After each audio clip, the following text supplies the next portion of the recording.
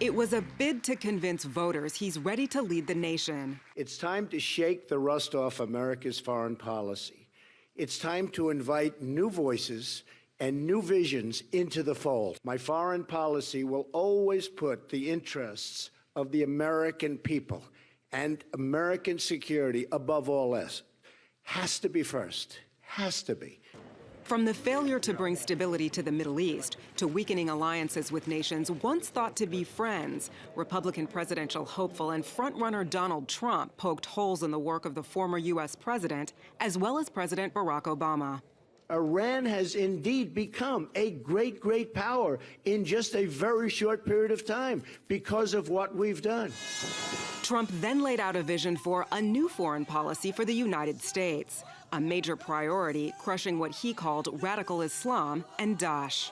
ISIS will be gone if I'm elected president, and they'll be gone quickly. Trump also talked about shoring up the U.S. military, fortifying the nation's economy, and creating closer alliances with nations like Russia and China. China respects strength.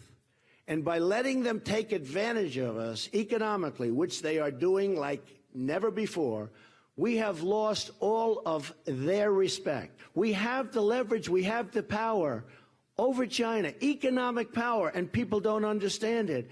And with that economic power, we can rein in and we can get them to do what they have to do with North Korea. Trump has been criticized for being vague on foreign policy details, and this speech was not a total departure from that.